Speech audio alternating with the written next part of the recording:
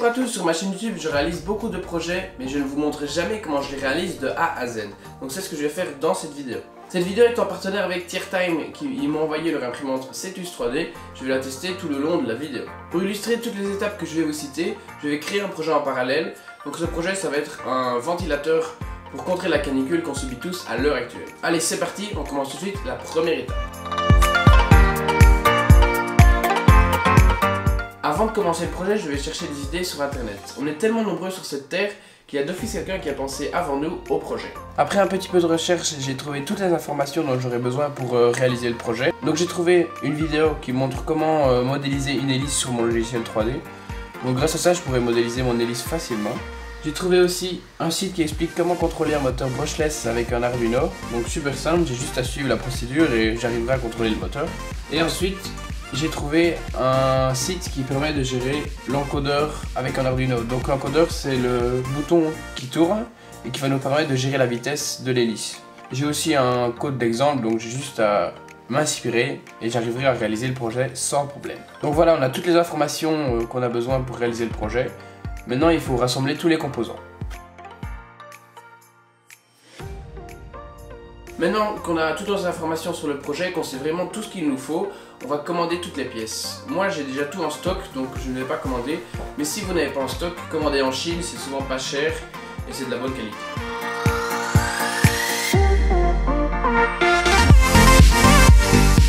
Donc pour réaliser le projet, je vais utiliser un moteur brushless de récupération. Donc c'est pas très utile d'utiliser un moteur brushless pour ce projet, mais comme je l'ai en stock, je vais utiliser ça. Donc pour le contrôler, il lui faut son ESC. J'aurai aussi un Arduino Nano et un petit encodeur pour gérer la vitesse de l'hélice. Voilà, on a tout ce qu'il faut maintenant. On peut continuer le projet.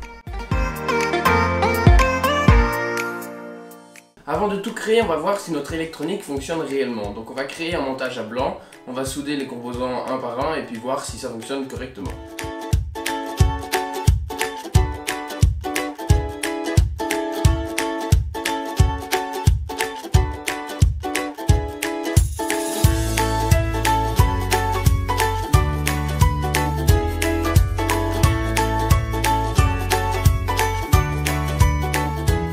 J'ai maintenant fini le code après un petit moment, ça n'a pas été long vu que j'avais déjà toutes les clés pour réaliser le code. Donc c'est simplement un variateur de vitesse pour le moteur. J'ai un petit encodeur ici que je tourne. Et en tournant, ça fait varier la vitesse du moteur. Et bien sûr je bride la vitesse pour pas que tout le système s'envole.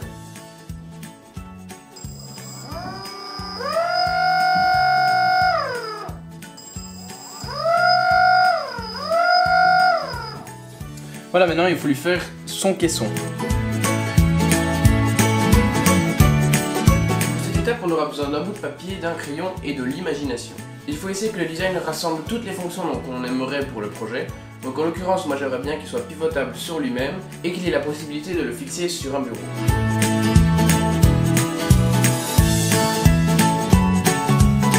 Pour cette étape, c'est important d'avoir un pied à coulisse. Il nous permet de trouver la dimension de tous nos composants facilement et avec précision. Faire ça à la latte, c'est beaucoup trop compliqué. Pour ceux qui ne connaissent pas, un pied à coulisse, c'est simplement deux mâchoires ici qui se déplacent et l'écran ici nous donne la distance entre les deux mâchoires. Donc si je veux regarder le diamètre de ce crayon par exemple, j'ai juste à venir le coincer dans les deux mâchoires et je sais que c'est du 6,6 mm. C'est vraiment génial pour tous les projets en impression 3D. Une fois qu'on est content de notre design et qu'on a pensé à tout l'assemblage, on peut commencer à le modéliser sur un logiciel 3D. En l'occurrence, moi j'utilise le logiciel SolidWorks, mais il existe plein d'autres logiciels 3D. Il en existe des gratuits, des payants, de toutes les sortes. En l'occurrence, moi j'ai commencé avec SketchUp qui est gratuit mais fort limité pour les pièces mécaniques. Il existe aussi Fusion 360 qui est beaucoup utilisé par les makers d'aujourd'hui. Faites votre choix sur le logiciel que vous voulez utiliser. C'est parti pour un timelapse de la modélisation.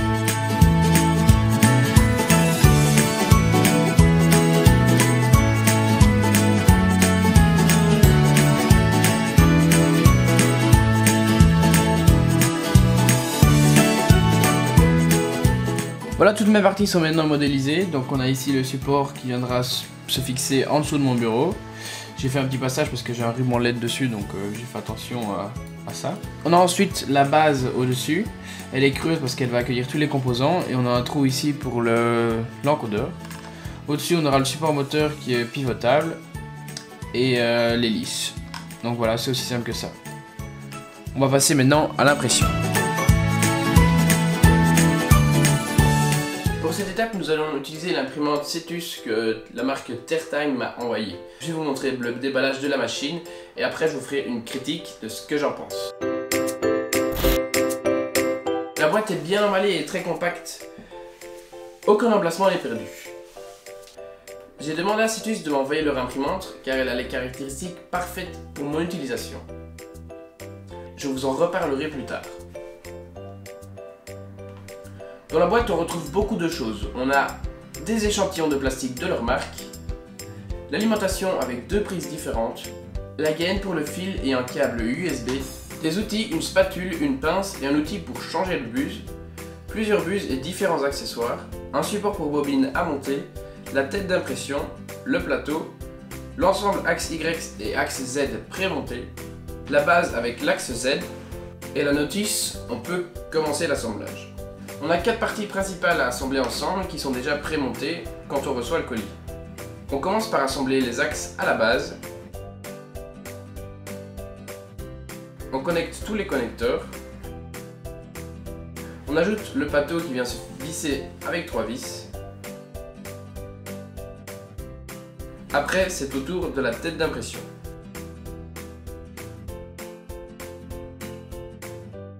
Une fois qu'elle est en place, on lui connecte son connecteur.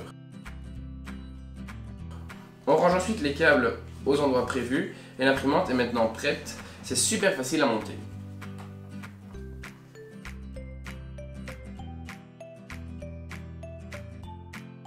On peut tout de suite lancer la machine pour une première initialisation.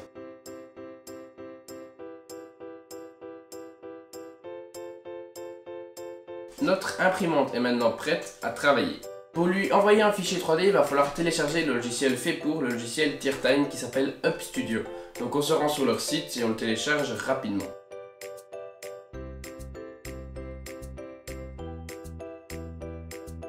Dans le monde de l'impression 3D, il y a 2 écoles. Ceux qui aiment bien bidouiller les réglages, qui aiment bien chipoter, voire pour avoir la meilleure impression possible. Et ces personnes-là utilisent des logiciels comme Cura ou Simplify 3D pour envoyer leurs fichiers à l'imprimante. L'autre école laisse plutôt faire les marques, s'en moque un peu de comment, la manière dont l'imprimante va imprimer l'objet. Tout ce qui importe pour eux, c'est les pièces imprimées. Donc on lui envoie un fichier, elle nous imprime les pièces, on s'en fout comment elle l'a fait. Tout ce qu'on veut, c'est avoir les pièces imprimées correctement. Personnellement, je fais partie de la 2e école, donc je pense que cette imprimante est vraiment parfaite pour ce type de personnes. Voilà comment se comporte le logiciel une fois qu'on l'ouvre. Donc on a ici les températures de la buse, température extérieure et le petit de plastique qu'on met. Et il nous donne aussi l'état de l'imprimante, donc pour moi l'imprimante est prête. Il y a une fonction pause et une fonction stop, donc la fonction pause c'est super pratique si on veut changer le type de filament. Il y a aussi une fonction qui permet de contrer les coupures de courant, donc cette fonction c'est quand l'imprimante est arrêtée alors qu'elle est en train d'imprimer. Et qu'on la rallume, elle dit ah j'ai été coupé, qu'est-ce que je dois faire, est-ce que je dois reprendre l'impression ou pas. Donc ça c'est super génial, on ne craint plus du tout les coupures de courant. Donc si je veux aller la calibrer, c'est ici. Pour la calibrer, il faut descendre la buse jusqu'au plateau et gérer la hauteur avec une feuille.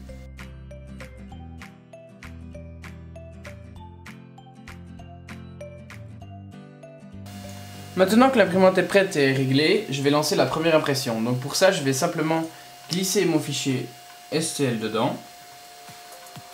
Donc voilà, il se place bien. S'il n'était pas bien placé, j'aurais pu tourner ici. Mais en l'occurrence, je n'ai pas besoin. Je le remets comme avant. Donc maintenant, je vais dans les réglages d'impression. Ici, mon hélice, j'aimerais bien qu'elle soit le plus solide possible. Donc je mets 99% de remplissage.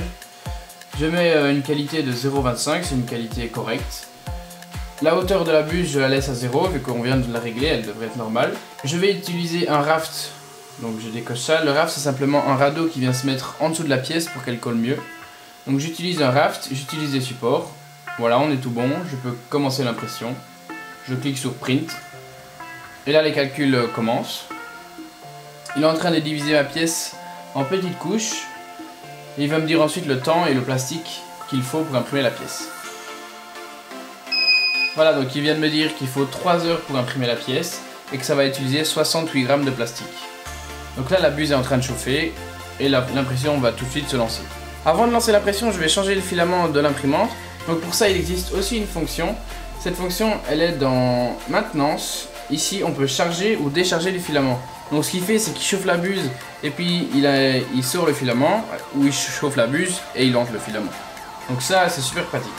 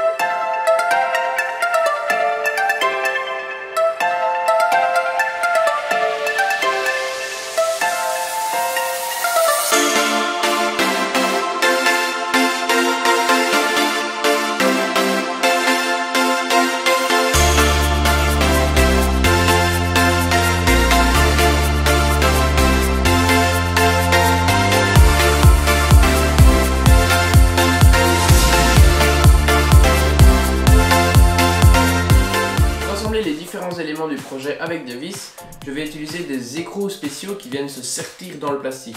Donc en les chauffant, ils viennent faire fondre le plastique autour. Une fois que ça refroidit, ça ne bouge plus, l'écrou est complètement serti dans le plastique. Je vous mettrai le lien de ces écrous dans la description, c'est vraiment génial. J'utilise maintenant plus que ça pour faire mes projets avec une imprimante 3D. Une fois que toutes les pièces sont équipées de cet écrou, on peut assembler et puis souder l'électronique.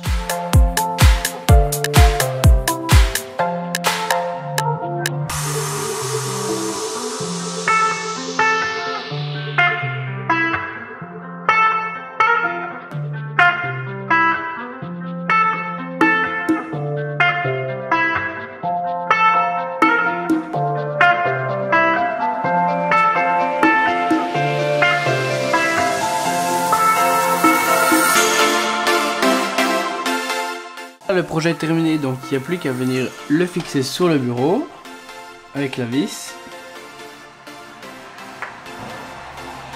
et le démarrer.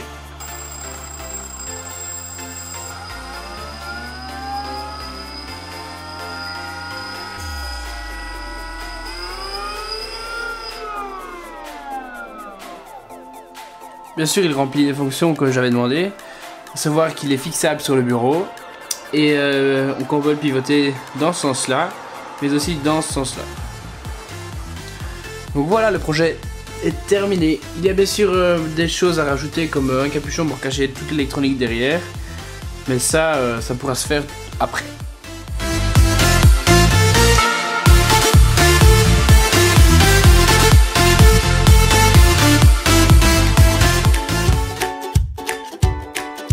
Maintenant, je vais vous donner mon avis honnête sur l'imprimante après 3 semaines d'utilisation.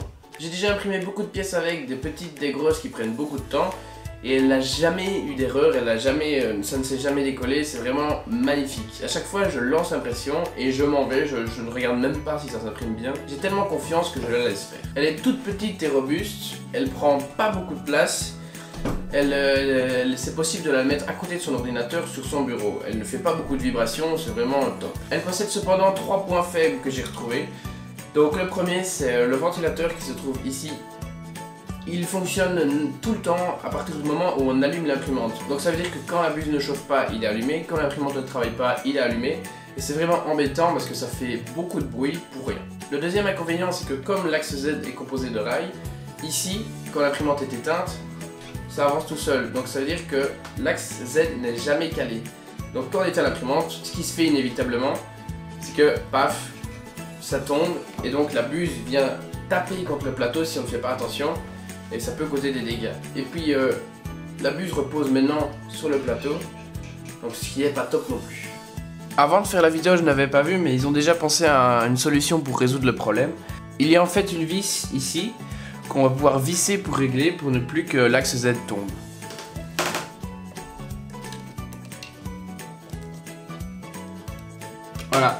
Là, il ne tombe plus du tout. Problème réglé. Le troisième point négatif, c'est que la portée du Wi-Fi elle est assez limitée. Chez moi, mon ordinateur a 2 barres sur 5 depuis ma chambre et l'imprimante ne voit aucun Wi-Fi. Donc c'est un petit peu dommage. J'ai dû mettre un repeater pour ça. Mais de toute façon, pour mon utilisation dans mon atelier, ça suffira amplement. La marque propose un plateau chauffant sur leur site qui est à 40 $ je crois, donc c'est rien du tout. Si on met un plateau chauffant plus un caisson autour, on pourra imprimer de l'ABS. Ça c'est génial, je vais vraiment le faire. Donc je vais commander le plateau et faire un caisson dans une prochaine vidéo. Voilà, c'est tous les points faibles que j'ai trouvés sur cette imprimante. Donc c'est pas énorme par rapport au prix de l'imprimante et à la qualité d'impression qu'elle offre. Il existe aussi une application sur les produits Apple pour lancer son impression. Ça aussi c'est un point positif, pour le prix c'est incroyable. Cette imprimante est vraiment un bon rapport qualité-prix. Donc si vous voulez vous lancer dans l'impression, je vous la conseille entièrement. Un énorme point positif aussi, c'est que l'imprimante est livrée avec 3 buses d'impression. Donc on a une 0,2, une 0,4 et une 0,6 mm. Elle est livrée aussi avec un outil qui permet de les changer. Donc grâce à ça, on peut vraiment régler la qualité d'impression qu'on veut. Si on veut une impression super rapide, on met de la 0,6 mm, elle fait une impression moche, mais c'est très rapide. Ou alors on veut du 0,2 mm, une impression fine. Et là, voilà, c'est déjà la fin de la vidéo. J'espère que vous avez aimé ce type de vidéo. Si vous aimez, je pourrais refaire la même chose pour la CNC, comment je réalise mes projets de A à Z avec la CNC. J'espère que vous avez aimé cette vidéo. Si c'est le cas, abonnez-vous et moi je vous dis à la prochaine pour une nouvelle vidéo.